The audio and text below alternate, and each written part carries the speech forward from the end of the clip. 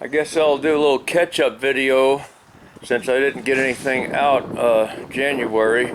So here we are starting February. This is February 1st, Saturday, 2025. This truck here was draining the battery down. If I didn't start it up every day, I couldn't get more than 2 or 3 days out of it sitting and before the batteries start going down.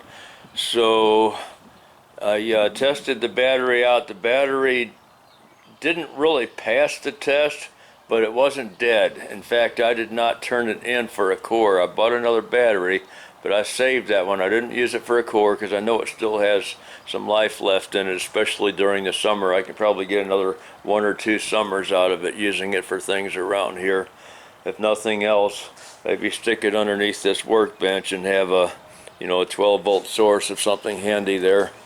Anyway, I found out why it was doing that, and I'll get into that. I think I'll make a video on that. I hope I don't forget to, as to why it was. It's fixed now. It doesn't do that anymore. But the Ford dually does. It still does that. So it's that's something I got to fix on that. I got to get to that. But it's still winter. It's still cold, and I don't really want to do it because I got another project going on with the dually right now. Yep, this one here, I took the seat out and it's in the shop, and I'm going to look at all the stuff, the garbage that's been spilled in there. Sloppy people eating in a car. I don't like eating in a car. Anyway, gonna redo the upholstery on the seat, and maybe do a video. I'll be doing some video on that too, I believe.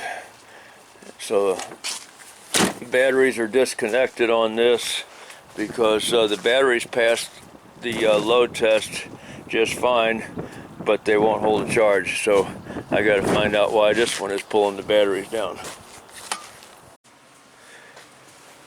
Well, I bought this cheap little thing. If it was closer to me when I found it on Facebook, and if it was closer, I probably would not have paid what I paid for it. But since I did drive round trip probably 30 miles to get it, and I just went on and gave the lady the $40 for it, and it'll be worth it to me to have another small roll-around table. For the moment, I got a pallet. I don't even remember what came delivered on this pallet. I forgot. Might be that compressor tank that I bought last year. I don't remember.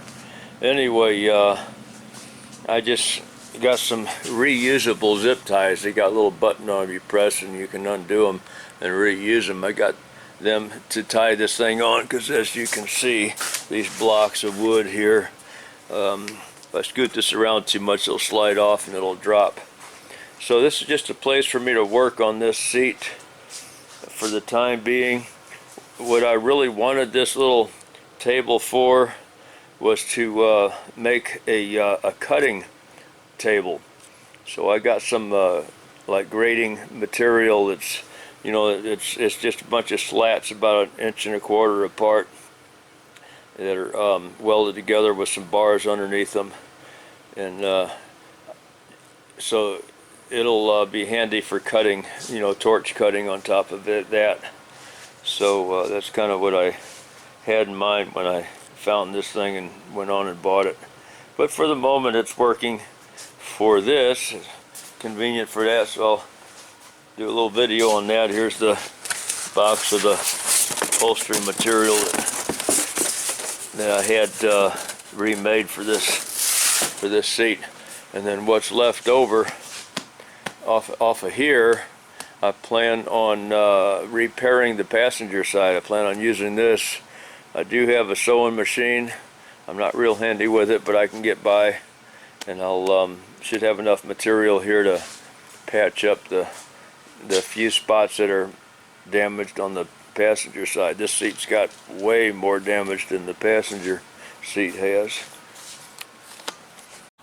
I still have a few piles of snow left, Accidentally scooped up a lot of rock with the snow, but I can't really see where that's at.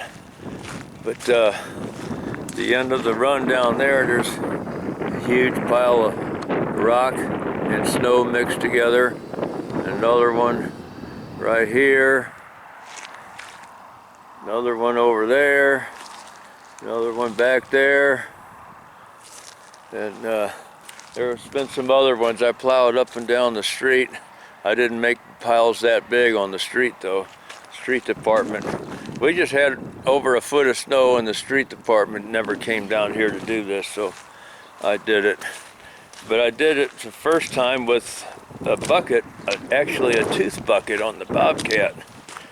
And so I jumped on Facebook to see if I could find a plow, and I found one, almost new. It's in good condition.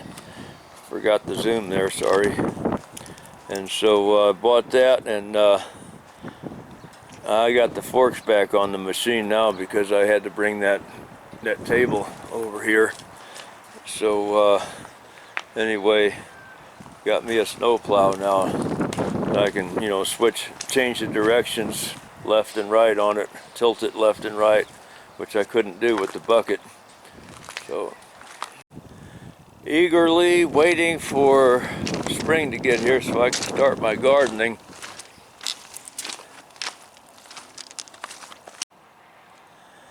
It'd be nice to get back out here and start enjoying the pond. I enjoy doing the maintenance and the work it takes to keep it clean, but I like it. To me it's fun, keeps me busy.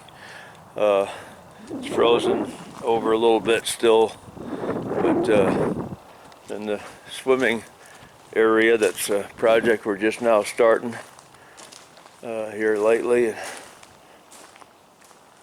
Got stuff moving here a little bit during the winter, but looks like this thawed out. How did this thaw out? This was frozen over too.